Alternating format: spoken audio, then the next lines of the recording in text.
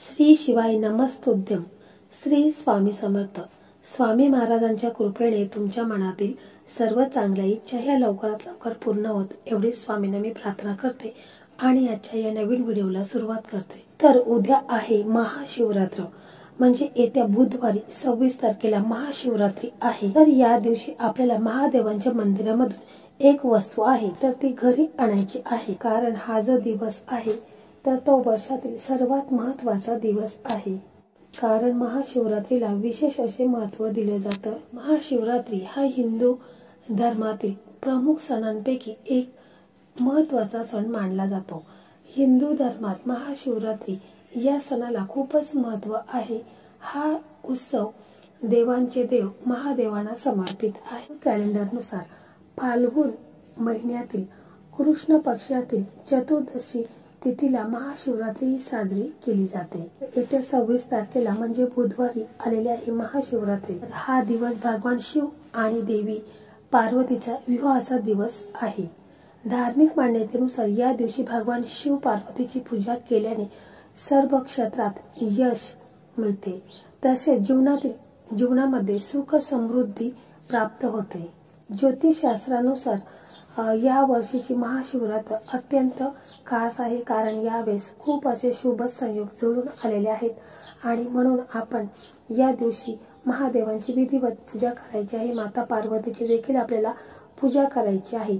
तसेच या दिवशी आपण शिव पार्वतीची पूजा केल्याने आपल्या सर्व मनोकामना इच्छा या पूर्ण होत असतात. महिलांना अखंड सौभाग्य प्राप्त होण्यासाठी या दिवशी माता पार्वतीला शृंगाराचे जेवढे साहित्य आहे ते अर्पण करायचे आहे.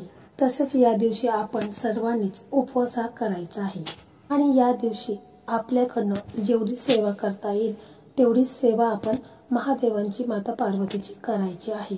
त्यांच्या मंत्राचा जप देखील आपल्याला करायचा आहे आणि यासोबतच काही उपाय देखील आपण करायचे आहेत. कारण बघा, या दिवशी शिवतत्व हे पृथ्वीवरती जास्त प्रमाणामध्ये असतं आणि त्यामुळे आपल्याला त्याचा 100% लाभ होत असतो.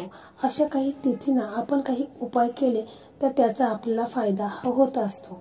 तर पहा, आपल्याला या दिवशी महादेवांच्या मंदिरामधून ही वस्तू घरी आणायची आहे. तर ही संपूर्ण माहिती आपण जाणून घेणार आहोत. त्यापूर्वी चॅनलवरती नवीन असेल तर चॅनलला सबस्क्राईब करा. व्हिडिओ पाहत असताना व्हिडिओला लाईक करा. त्याचप्रमाणे हर हर महादेव किंवा ओम नमः शिवाय अशी कमेंट नक्की करा. तर बघा, आपल्याला महाशिवरात्रीच्या दिवशी महादेवांच्या मंदिरामधून ही वस्तू घरी आणायची आहे.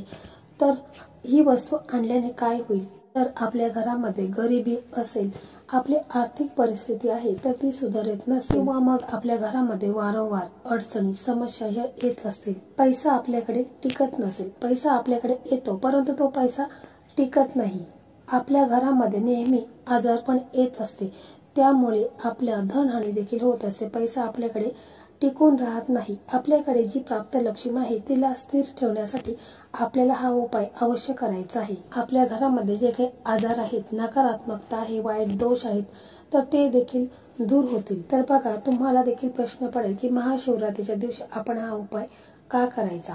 तर बघा, तर भगवान शिव हे कलियुगातील सर्वात महत्त्वाचे देवता, कारण ते आपली इच्छा ताबडतोब पूर्ण करू शकतात. कारण भगवान शिव हे असे आहेत की त्यांना आपण फक्त 1 लोटा पाणी त्यांच्या शिवपिंडीवरती अर्पण केले तरी देखील ते प्रसन्न होतात. म्हणूनच त्यांना भोले शंकर असं देखील म्हटलं जातं. त्याच्यामुळे उद्याचा जो दिवस आहे तर या दिवशी आपण त्यांची जास्तीत जास्त सेवा करता येईल तेवढी करायची आहे. आणि या दिवशी आपण त्यांची जेवढी सेवा करू ते लवकरच आपल्यावरती प्रसन्न होतील. आणि या दिवशी शिवतत्व हे जास्त प्रमाणामध्ये कार्यरत असतं. त्यामुळेच आपल्याला या ज्या सेवा आहेत, काही उपाय आहेत तर ते अवश्य करायचे आहे. उद्याच्या दिवशी आपल्याला लवकरात लवकर म्हणजे सकाळी ब्रह्ममुहूर्तावर उठण्याचा प्रयत्न करायचा आहे. तुमच्या जवळपास कुठे गंगा नदी असेल तर तिथे जाऊन तुम्ही स्नान करायचे आहे. किंवा जर तुमच्या जवळपास नसेल तर तुम्ही घरीच आंघोळीच्या पाण्यामध्ये थोडेसे काळे तीळ टाकून किंवा गंगाजल टाकायचं आहे किंवा पंचगव्य टाकून आंघोळ करायची आहे. आंघोळ करताना ओम नमः शिवाय ओम नमः शिवाय असा मंत्र जाप तुम्हाला करायचा आहे. तुम्हाला शक्य असेल तर पूर्ण दिवसभर तुम्ही हा मंत्र जाप करायचा आहे. या दिवशी शक्यतो पांढरे कपडे हे घालायचे आहेत. सूर्यदेवांना देखील अर्घ्य द्यायचा आहे. त्याच्यानंतर आपण महादेवांच्या मंदिरामध्ये जायचं आहे. त्याचप्रमाणे आपल्या घरामध्ये जर तुमच्याकडे शिवलिंग असेल, शिवपिंडी असेल, तर तुम्हाला तिचा अभिषेक करून घ्यायचा आहे आणि पांढरे फुलं असेल ते अर्पण करायचं आहे. बेलफळ असेल किंवा बेलाचं पान असेल किंवा धतुऱ्याचं फळ असेल, फूल असेल, तर ते त्यांना अर्पण करायचं आहे. शमीपत्र अर्पण करायचे आहेत. घरातील आपली देवपूजा करून घ्यायची आहे. मग तुम्हाला महादेवांच्या मंदिरामध्ये जायचं आहे. एक तांब्यावरून तुम्हाला पाणी घ्यायचं आहे. त्या पाण्यामध्ये थोडंसं काळं तीळ टाकायचं आहे आणि थोडासा गूळ टाकायचा आहे आणि गाईचं कच्चं दूध टाकायचं आहे. जर तुमच्या घरापासून मंदिर जवळ असेल तर अवश्य एक तांब्यावरून पाणी आपण आपल्या घरूनच न्यायचं आहे. कारण घरून नेलेलं पाणी जर आपण शिवलिंगावरती अर्पण केलं तर याचा सर्वात मोठा लाभ आपल्याला मिळणार आहे. त्याचप्रमाणे आपण धतूर आहे तर त्याचं फळ घेऊन जायचं आहे. फूल असेल तर फूल न्यायचं आहे. पांढरी फुलं न्यायची आहेत. शमीपत्र घेऊन जायचं आहे आणि मग तिथे गेल्यानंतर आपल्याला हे जल आहे तर ते महादेवांच्या शिवलिंगावरती अर्पण करायचं आहे. अर्पण करता वेळेस ओम नमः शिवाय, ओम नमः शिवाय, महिला असतील तर नमः शिवाय आणि जर पुरुष असतील तर श्री शिवाय नमस्तुभ्यम या मंत्र जप आपल्याला करायचा आहे. त्याच्यानंतर आपली मनोकामना इच्छा असेल तर ती बोलायची आहे. त्याचप्रमाणे आपण जे फळ आणलेले आहे, फुलं आणलेली आहेत, शमीपत्र आणलेले आहेत, बेलपान आणले आहेत, तर ते सर्व अर्पण करायचे आहे. त्याच्यानंतर आपल्याला तिथे बसून महामृत्युंजय मंत्राचा जप करायचा आहे. जर जागा म्हणजे या दिवशी बघा गर्दी वगैरे भरपूर असते मंदिरामध्ये, तर तुम्हाला तिथे कुठे जवळपास जागा असेल तर तिथे बसूनच तुम्ही महामृत्युंजय मंत्राचा जप करायचा आहे. याच्यानंतर बघा आपल्याला महादेवांच्या मंदिरामधून ही वस्तू घरी घेऊन जायची आहे. तर ती कोणती? तर बेलफळ आहे तर ते आपल्याला शिवपिंडीवरून उचलून आपल्याला घरी आणायचं आहे. म्हणजे बघा महाशिवरात्रीच्या दिवशी प्रत्येक भाविक भक्त आहेत तर ते महादेवांच्या पिंडीवरती बेलफळ आहे तर ते अर्पण करत असतात. त्याचप्रमाणे बोरं, केळी अशा भरपूर वस्तू आहेत तर त्या अर्पण करत असतात. तर दुसऱ्याने अर्पण केलेले जे बेलफळ आहे तर तेच आपल्याला उचलून घरी आणायचं आहे. आणि घरी आणल्यानंतर जे बेलफळ आहे तर ते आपल्याला आपल्या घरी एखाद्या ठिकाणी ठेवायचं आहे. म्हणजे बघा दक्षिण दिशा सोडून कोणत्याही दिशेला हे बेलफळ आहे तर ते आपल्याला ठेवायचं आहे. किंवा मग अशा ठिकाणी ठेवा की जिथे कोणाची नजर पडणार नाही. परंतु दक्षिण दिशा सोडून तुम्ही बाकीच्या इतर दिशेला हे बेलफळ ठेवू शकता. एखाद्या प्लेटमध्ये किंवा वाटीमध्ये हे बेलफळ तुम्ही ठेवू शकता. तर हे जे बेलफळ आहे तर ते तुमच्या घरामध्ये जी काही नकारात्मकता आहे, वाईट शक्ती आहेत, वाईट दोष आहेत, घरामध्ये जे काही आजारपण आहे, रोग आहे, तर ते संपूर्णपणे नष्ट करण्याचं काम हे बेलफळ करत असतं. इतकी शक्ती या बेलफळामध्ये असते आणि म्हणूनच आपल्याला जितके दिवस ठेवायचं असेल जितके दिवस तुम्ही ठेवू शकता. जेव्हा हे बेलफळ आहे तर ते सुकेल तेव्हा ते तुम्ही इकडे तिकडे टाकून द्यायचं नाही. तुम्हाला असं वाटेल की आता सुकलेलं आहे, याला आपण आता घरातून काढून टाकूया, त्यावेळेस तुम्हाला हे सरळ उचलायचं आहे आणि जिथे नदी तलाव असेल अशा ठिकाणी हे प्रवाहित करायचं आहे.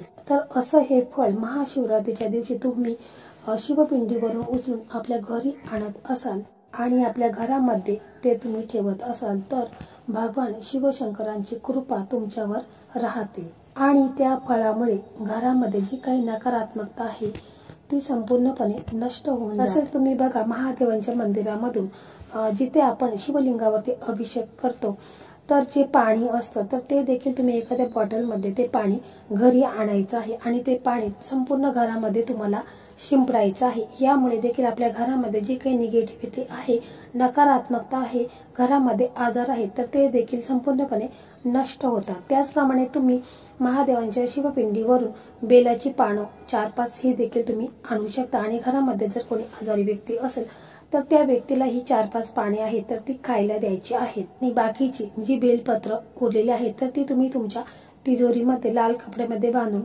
ठेवायची आहेत. किंवा तुमच्याकडे वाहन असेल म्हणजे तुमची जर कार असेल तर त्या कारमध्ये देखील तुम्ही 1-2 बेलपान आहेत तर ते व्यवस्थित ठेवायचे आहेत. ज्यामुळे आपली जी कार वगैरे आहे तर तिला कोणत्याही प्रकारचा म्हणजे जसं की ऍक्सिडेंट वगैरे होत असतात तर त्याचा धोका राहत नाही. प्रमाणे महादेवांच्या मंदिरामधून तुम्ही धोत्र्याचं फळ किंवा फूल भेटल तर ते देखील तुम्हाला आणायचं आहे आणि ते एखाद्या लाल कपड्यामध्ये बांधून तुम्हाला तुमच्या तिजोरीमध्ये ठेवायचं आहे.